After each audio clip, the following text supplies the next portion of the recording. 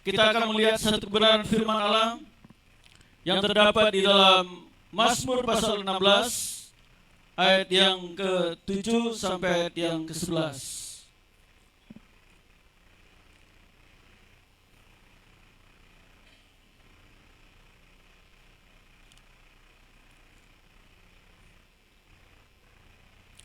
Mazmur pasal 16 ayat yang ke-7 sampai ayat yang ke-11.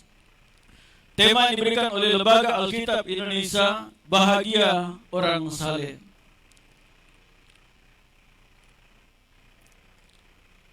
Mari kita akan membaca ayat ini. Aku memuji Tuhan yang telah memberi nasihat kepadaku, ya pada waktu malam hari nuraniku mengajari aku. Aku senantiasa memandang kepada Tuhan, karena Ia berdiri di sebelah kananku, aku tidak goyah. Sebab itu hatiku bersukacita, dan jiwaku bersorak-sorak. Bahkan tubuhku akan diam dengan tentram. Dan tidak membiarkan orang kudusmu melihat kebinasaan. Engkau memberitahukan kepadaku jalan kehidupan, di hadapanmu ada sukacita berlimpah-limpah, di tangan kananmu ada nikmat senantiasa. Puji Tuhan, sedang kasih dalam Tuhan. Di dalam Mazmur pasal yang ke-16 ini menunjukkan satu ketergantungan penuh kepada Tuhan yang dilakukan oleh Daud. Dan tentunya dalam perikop ini adalah merupakan ayat emas daripada Raja Daud. Dan kalau kita melihat bahwa di dalam ayat yang ke-11 itulah merupakan satu klimaks di mana menegaskan bahwa hanya Tuhan yang menunjukkan jalan kehidupan. Bukan pada dewa, bukan kepada kekuatan manusia. Tetapi itu semata-mata datang daripada Tuhan. Dan sukacita sejati hanya ditemukan di dalam hadirat-Nya. Bukan kita temukan hadirat di tempat lain. Bukan kita menemukan hadirat dalam kedudukan atau status kita. Bukan kita menemukan hadirat Tuhan dalam kekayaan atau kenikmatan dunia ini. Tetapi kita bisa mendapatkan hadirat Tuhan, satu sukacita yang luar biasa, yaitu hanya di dalam Tuhan. Jadi sedang kasih dalam Tuhan, janji hidup yang kekal yang Tuhan berikan, akhirnya digenapi dalam kehidupan, yaitu di dalam Yesus Kristus. Dan satu kebanggaan kita sebagai orang yang percaya, yang menjadi ayat perenungan kita dalam Mazmur ayat yang ke-16 berkata demikian.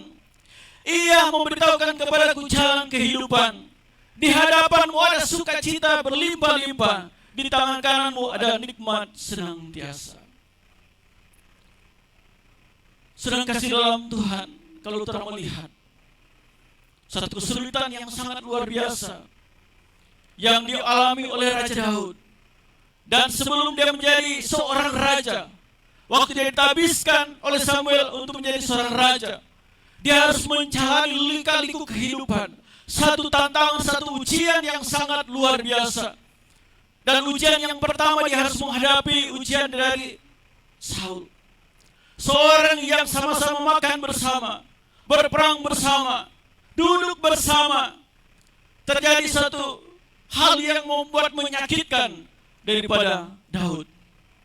Di mana kita boleh ketahui Raja Saul berusaha untuk membinasakan Daud. Dan berjalannya waktu sedang kasih dalam Tuhan, terjadi pengkhianatan yang sangat luar biasa yang dilakukan bukan dari orang lain, bukan dari kakaknya sendiri, bukan dari orang lain.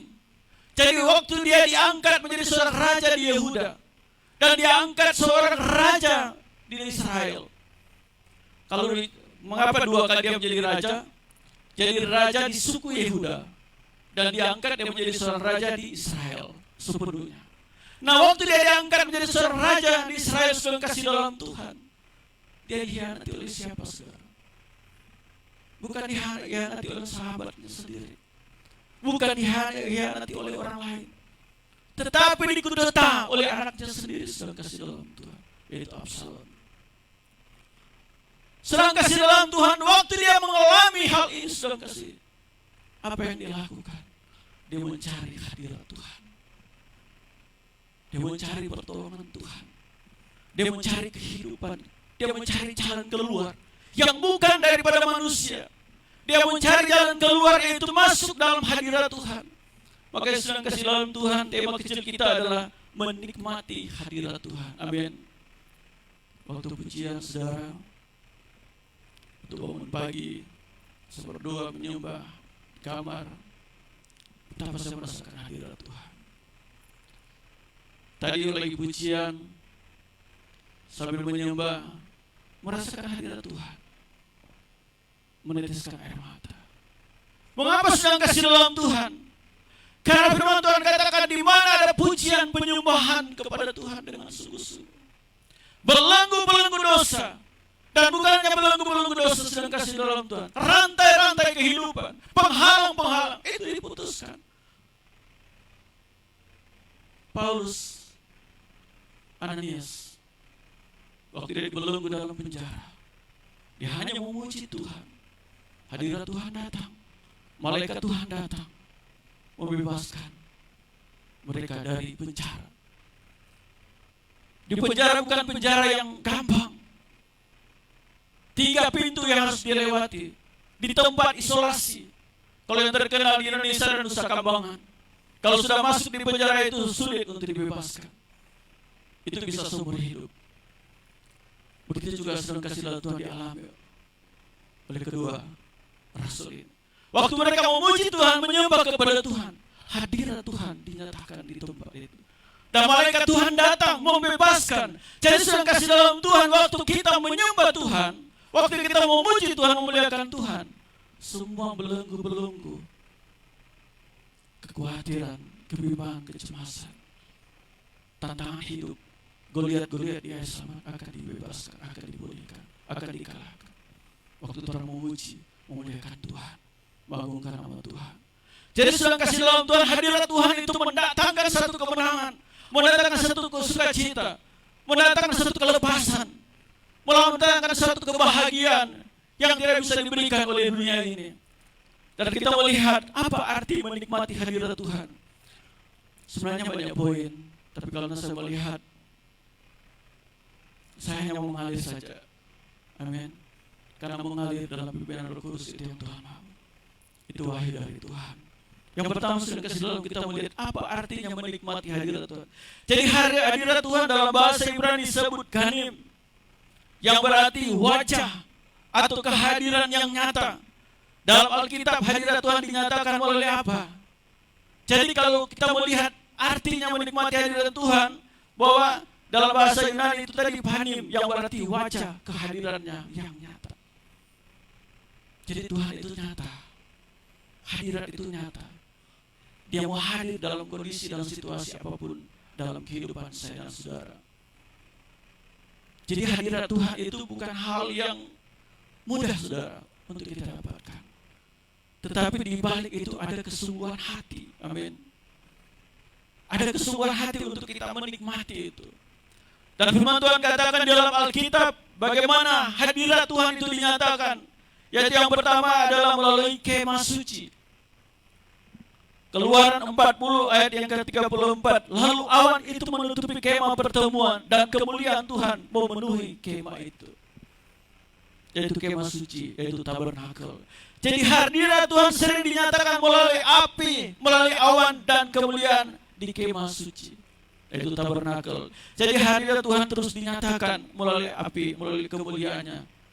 Dan tentunya awan sering melambangkan kehadiran Allah. Sebelum awan ini sudah menyertai Israel dalam bentuk tiang dan awan di siang hari dan di tiang api di malam hari. Namun dalam Keluaran pasal yang ke-40 ayat 34, awan ini tidak hanya berada di atas umat Israel, tetapi secara khusus menutupi kemah pertemuan, menandakan bahwa Tuhan berdiam diri di tengah-tengah umatnya. Jadi betapa luar biasa wajah Tuhan, kehadiran Tuhan, kemuliaan Tuhan.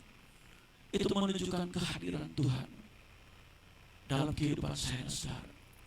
Waktu gereja menyembah Tuhan, waktu umat Tuhan menyembah Tuhan, Waktu kita membangun mesbah doa, menyembah dan mengagungkan nama Tuhan dalam keluarga, dalam mesbah doa keluarga, situ wajah Tuhan nampak, hadirat Tuhan hadir. Untuk apa saudara kasih dalam Tuhan?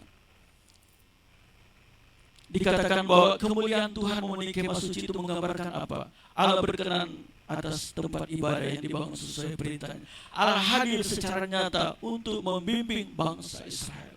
Jadi waktu orang menyembah, mengagungkan nama Tuhan, hadirat Tuhan, wajah Tuhan datang untuk membimbing saudara-saudara hidup dalam tuntunan Tuhan, hidup dalam kehendak Tuhan, bukan hidup dalam kemauan kita sendiri. Sedang kasih dalam Tuhan itu juga diwujudkan lewat apa? Dalam pribadi Yesus Kristus. Yohanes 1 ayat 14. Firman itu telah menjadi manusia dan diam di antara kita, dan kita telah melihat kemuliaannya, yaitu kemuliaan yang diberikan kepadanya sebagai anak tunggal Bapa, penuh kasih dan kebenaran. Jadi Yesus Kristus adalah manifestasi hadirat Allah yang nyata bagi manusia. Jadi Yesus adalah tabernakel yang sejati, Allah sendiri yang datang dan tinggal di antara manusia sebagai pusat penyembahan orang percaya. Jadi diwujudkan secara permanen kehadiran Tuhan, diwujudkan secara permanen dalam kehidupan orang yang percaya. Dan kita melihat dalam 1 Korintus juga, yaitu diwujudkan dalam Roh Kudus. Jadi kehadiran Tuhan diwujudkan dalam Roh Kudus. 1 Korintus 3 ayat yang ke-16.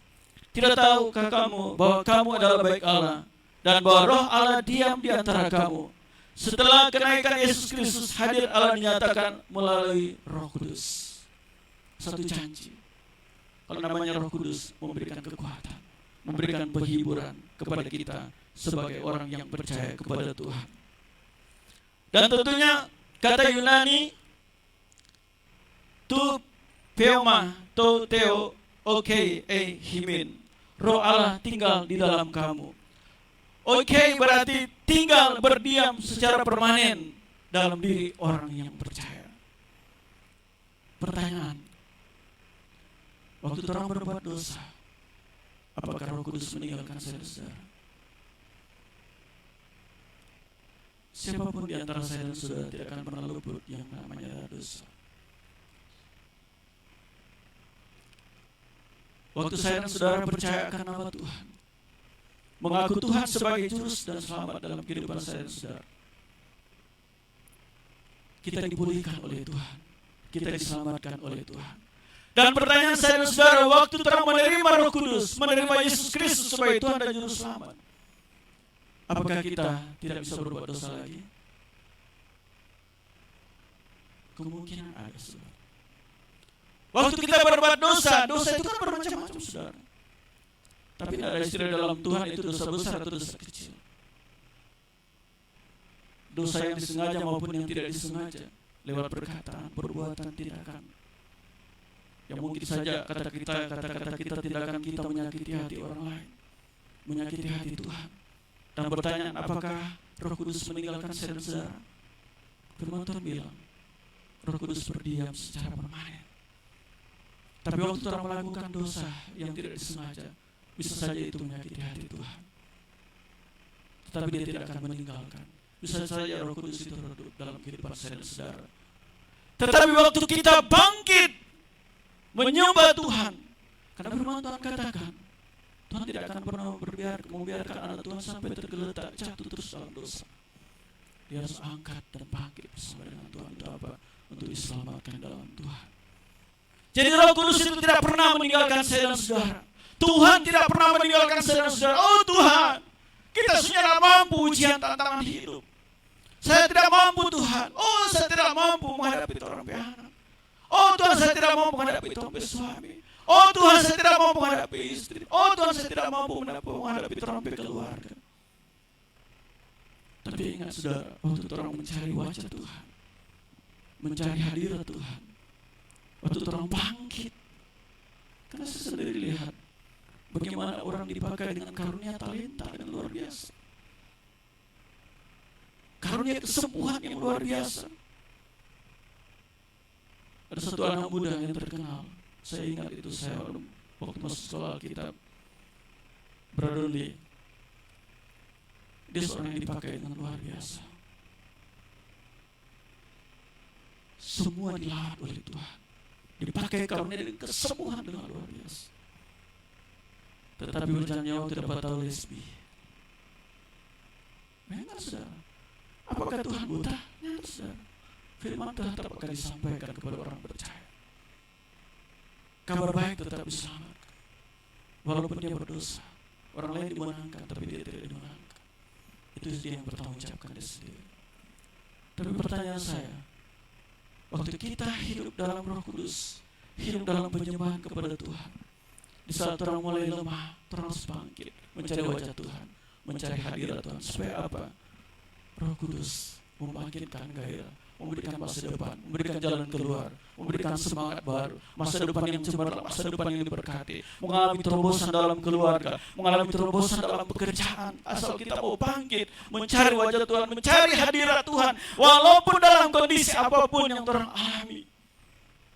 Karena saya percaya orang semua pasti mengalami banyak pergumulan, tapi pergumulan berbeda-beda. Jangan bilang pendeta tidak ada pergumulan, ada saudara. Tapi pendeta sudah kuat di dalam Tuhan. Kalau ada pergumulan, tetapi kuat berdiri dalam Tuhan. Karena apa? Tetap mencari wajah Tuhan, mencari hadirat Tuhan. Begitu juga saudara, tetap mencari wajah Tuhan. Sedangkan Raja Daud, waktu dia mengalami pergumulan masalah, dia berkata, saya berjanji untuk tidak melakukan dosa yang sama lagi. Dan dia berpuasa, dia menyembah kepada Tuhan sampai tiarap, saudara. Tak guling-guling, saudara. Dia menyesali dan dia bertobat dengan sungguh-sungguh. Di balik penyerahan diri dalam pertobatan yang sungguh-sungguh dalam hadirat Tuhan, Tuhan pulihkan kerajaannya, Tuhan pulihkan hidupnya, Tuhan pulihkan keturunannya. Jadi sedang kasih dalam Tuhan, sebagai orang yang percaya kepada Tuhan, waktu kita melakukan hal ini, ada sesuatu hal yang luar biasa yang Tuhan akan nikmati. Bagaimana kita bisa menikmati hadirat Tuhan? Menikmati hadirat Tuhan berarti mengalami keintiman dengannya, merasakan damai sejahtera, hidup dalam penyembahan yang sejati. Amin. Kita melihat yang pertama adalah mendekat dengan hati yang murni. Firman Tuhan katakan dalam Ibrani pasal 10 ayat yang ke-22. Malah kita menghadap Allah dengan hati yang tulus, ikhlas, dan keyakinan iman yang teguh. Oleh karena hati kita telah dibersihkan dari hati nurani yang jahat, dan tubuh kita telah dibasuh dengan air yang murni. Jadi mendekati dengan hati yang murni. Amin. Waktu Bapak Gembala berdoa untuk beribadah kepada Tuhan, menyembah kepada Tuhan, memiliki hati atau motivasi yang murni di hadapan Tuhan.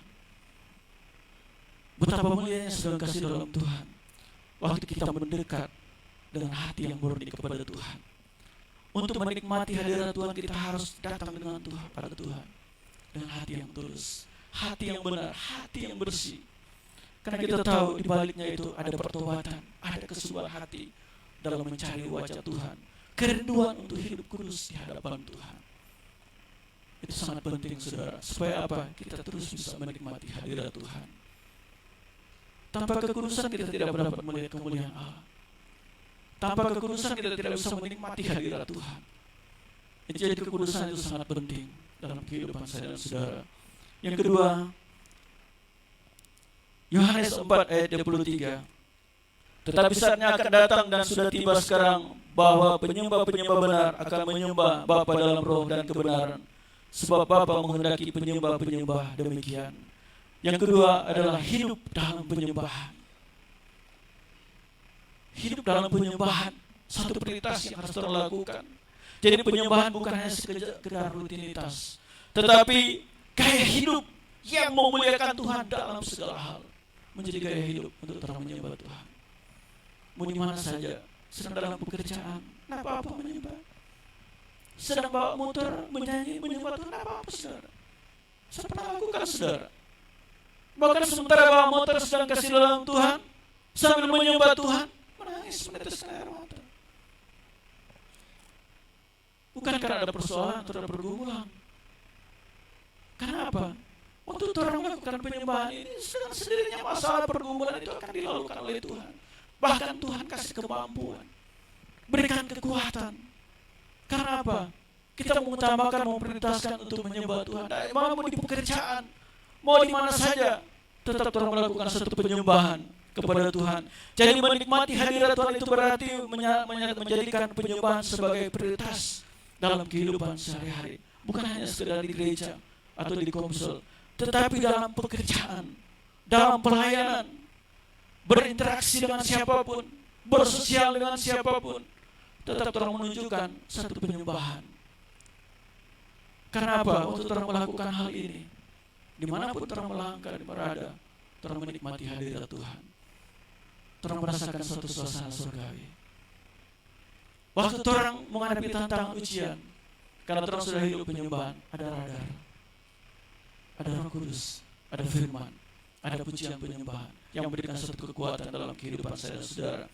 Yang berikutnya Matius pasal 5 ayat yang ke-6.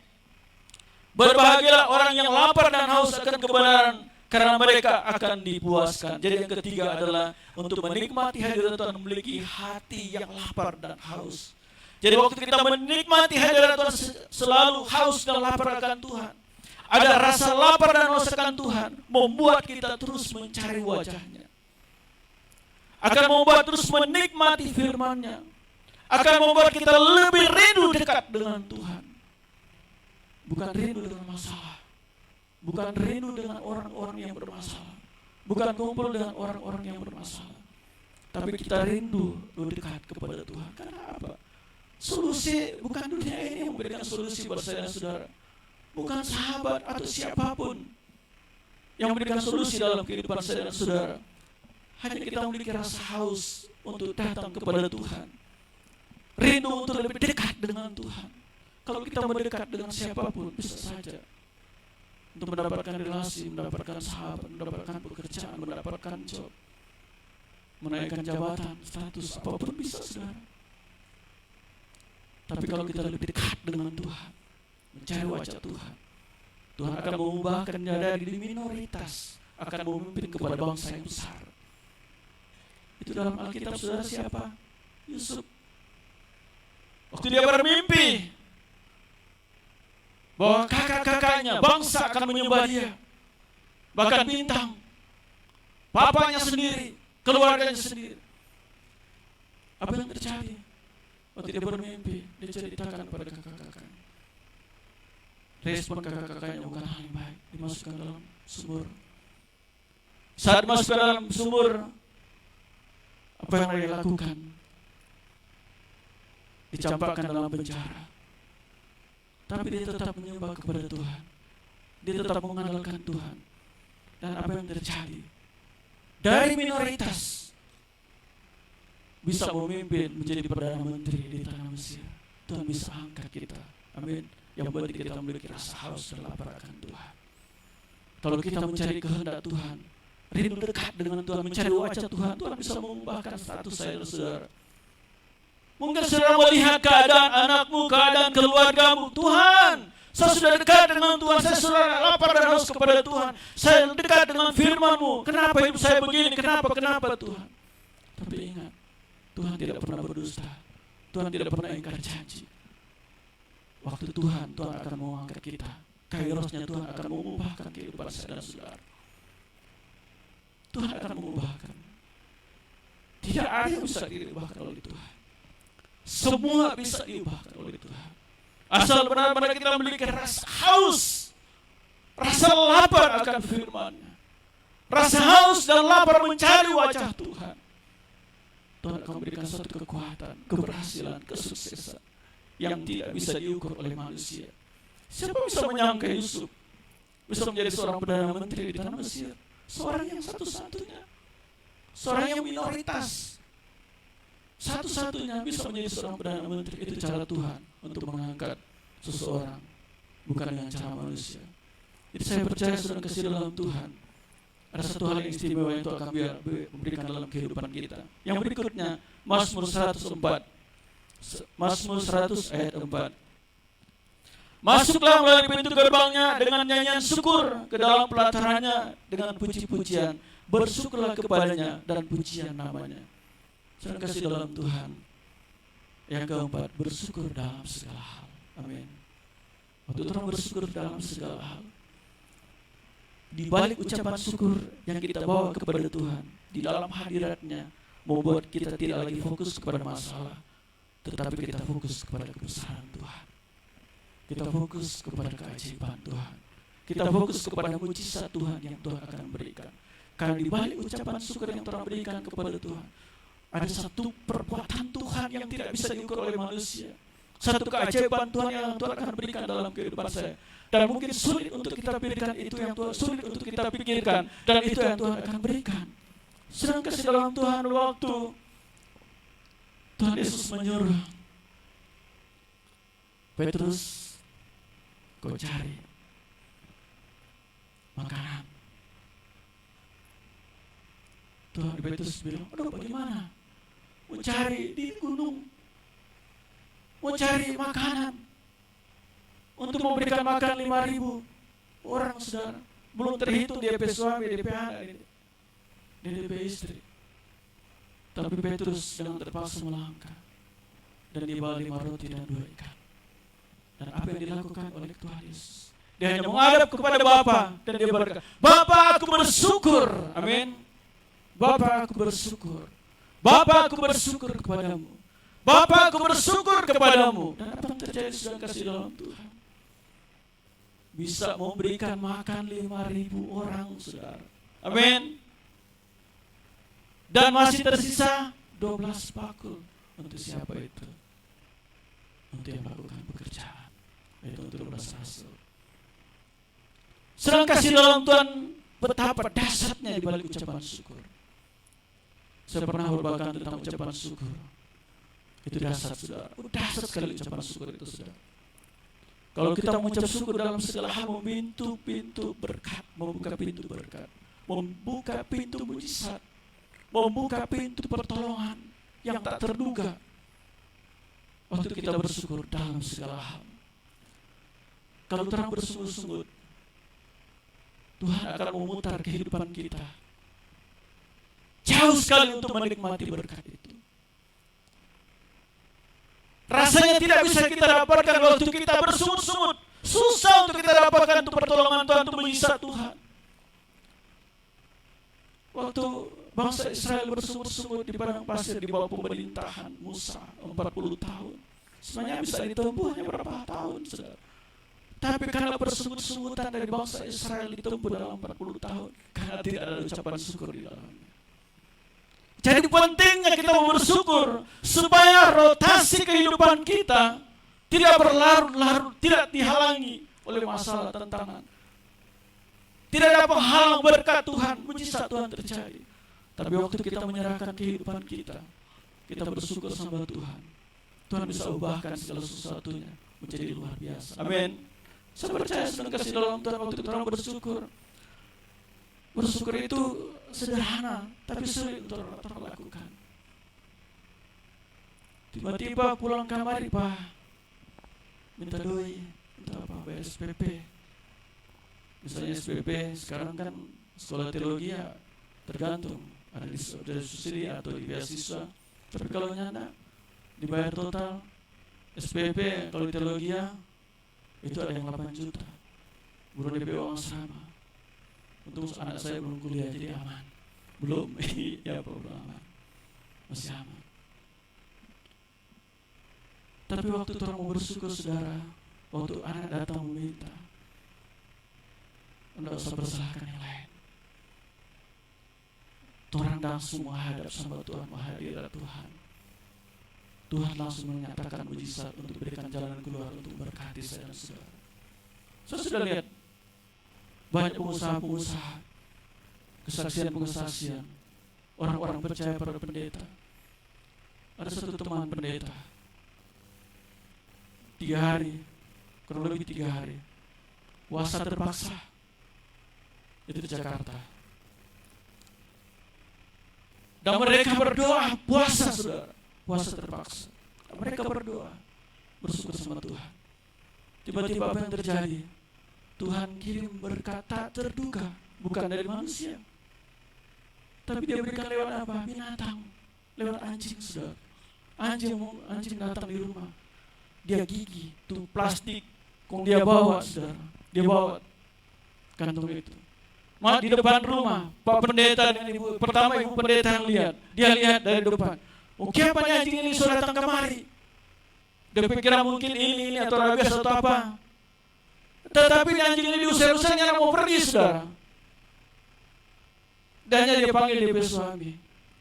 Dong pikiran di situ apa? Kalau dia panggil, dalam kemudian dia mendekat. Waktu bapak gembala ini mendekat, dia lepaskan tuh kantong plastik.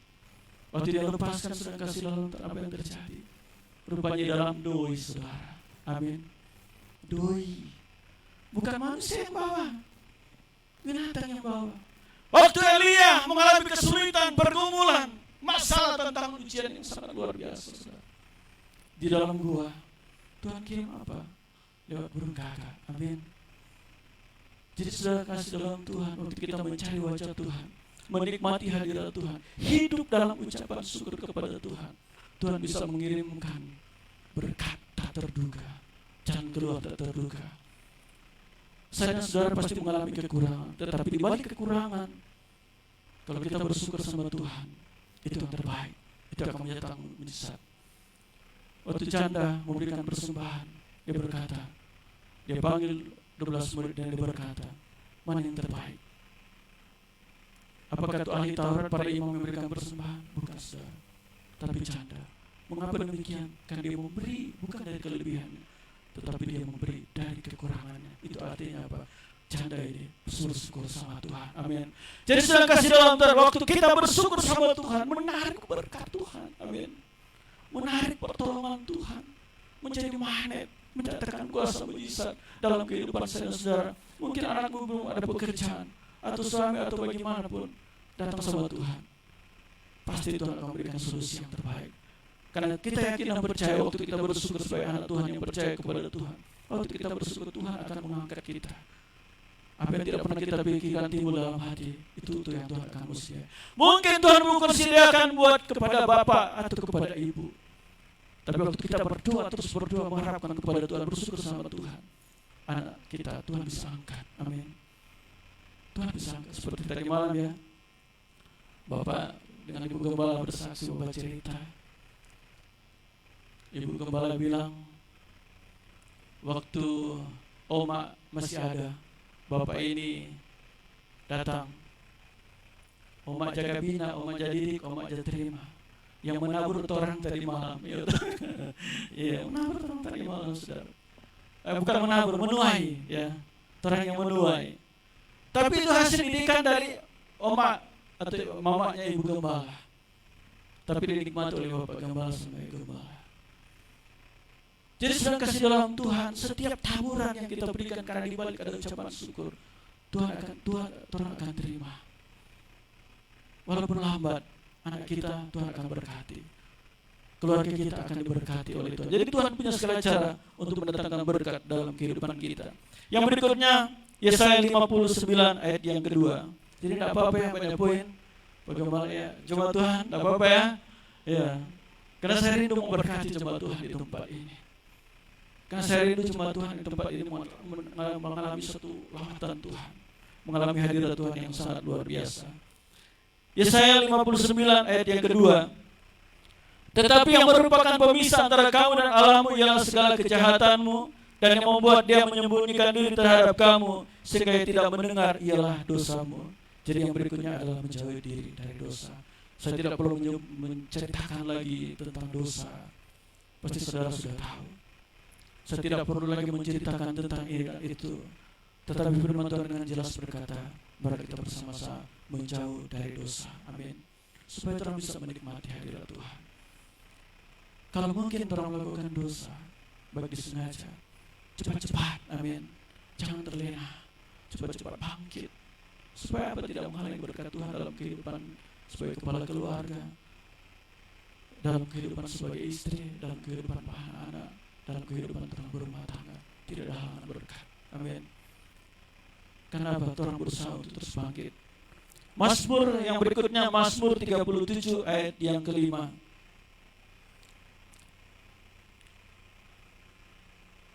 Serahkan hidupmu kepada Tuhan dan percayalah kepadanya dan Dia akan bertindak.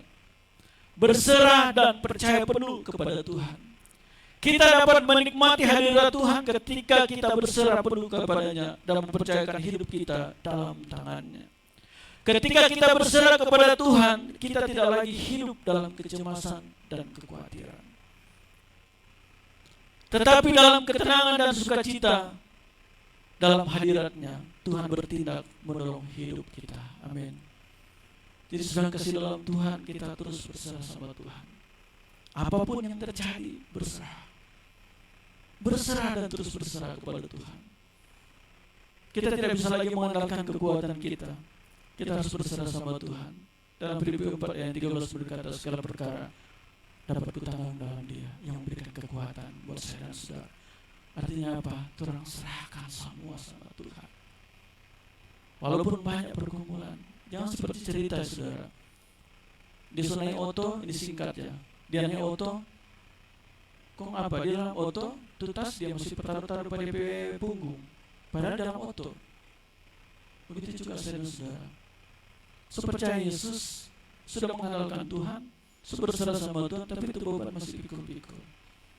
Jangan saudara, benar-benar serahkan semua. Karena beban pergumulan memang banyak. Kecuali mungkin orang sudah di surga, sudah ada tuh pergumulan. Tapi kalau namanya orang masih menumpang, kata menumpang ini lagi sudah, masih menumpang dalam dunia ini, tetap akan mengalami ujian, akan mengalami masalah, akan mengalami badai kehidupan. Tapi firman Tuhan bilang, percobaan itu tidak melampaui kekuatan kita. Dia akan memberikan solusi, memberikan jawaban dalam kehidupan saya dan saudara. Dia akan memberikan kemampuan, memberikan kekuatan. Karena apa? Kita berserah penuh kepada Tuhan. Waktu kita berserah kepada Tuhan, Tuhan bilang apa?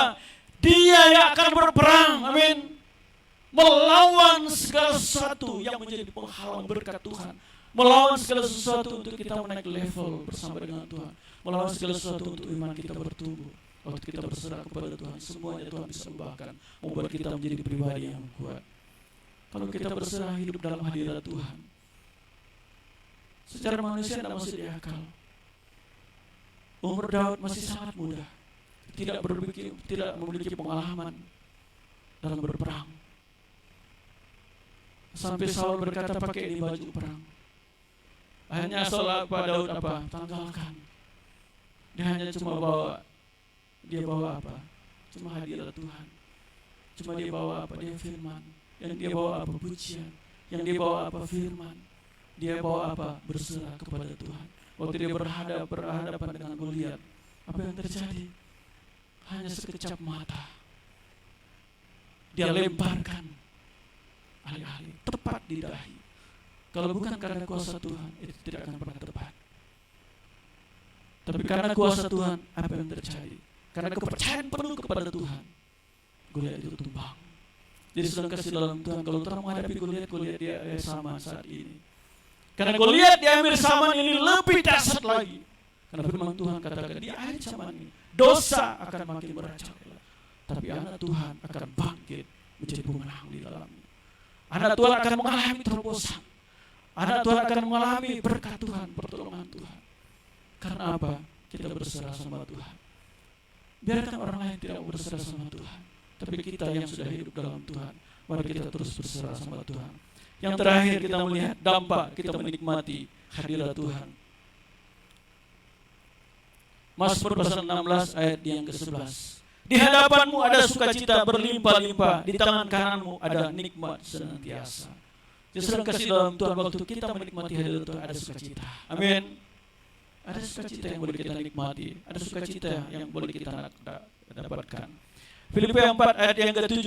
Damai sejahtera Allah yang melampaui segala akal akan memelihara hati dan pikiranmu dalam Kristus Yesus. Jadi saudara kasih dalam Tuhan, kita akan mendapatkan damai sejahtera di dalam Tuhan waktu kita menikmati hadirat Tuhan.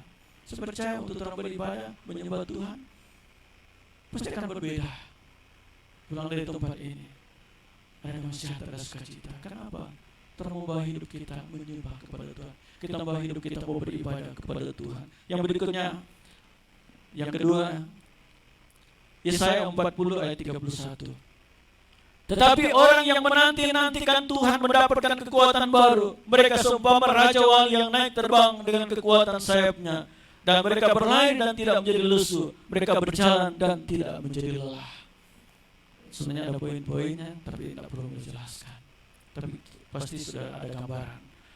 Saudara kasih dalam Tuhan, firman Tuhan katakan mendapatkan kekuatan dan perlindungan dari Tuhan.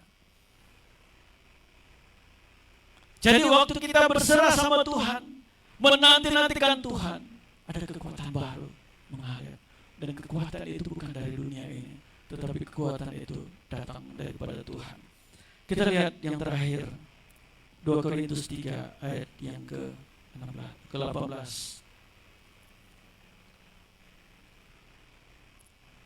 Dan kita semua mencerminkan kemuliaan Tuhan dengan muka yang tidak terselubung. Dan karena kemuliaan itu datangnya dari Tuhan adalah roh, maka kita diubah menjadi serupa dengan gambarnya, dan kemuliaannya semakin besar. Yang terakhir adalah perubahan hidup. Jadi waktu kita menyembah Tuhan, menikmati hadirat Tuhan, mengalami perubahan hidup setiap hari. Jangan sampai orang sudah menyembah Tuhan dan jangan katu seperti begini, saudara. Ini yang sering terjadi. Jangan lemahkan, saudara. Di sini tidak ada tempat lain. Kadang kekuatan iblis itu cuma begini. Ngana buat apa ngana mau menyembah? Ngana mau menyembah Tuhan, menikmati hadirat Tuhan, pulang ngana so lupa. Begitu, saudara. Ya. Itu kadang jadi serangan, saudara. Sebenarnya ini boleh, saudara. Waktu orang mengalami kesulitan, masalah dalam keluarga, jangan orang serang, saling menguatkan. Karena firman Tuhan bilang kata apa? Firman itu adalah menguatkan, menasihati satu sama lain, membimbing, jangan melemahkan. Jadi betapa penting saudara kasih dalam Tuhan untuk kita hidup dalam perubahan hidup, menjadi serupa dan segambar dengannya. Kalau namanya menjadi serupa dan gambarnya dalam bahasa Yunani adalah eikona, auto. Kata eikona berarti citra, gambar. Ini menunjukkan bahwa kita dipanggil untuk mencerminkan karakter dan sifat Tuhan dalam kehidupan kita sebagai orang yang percaya.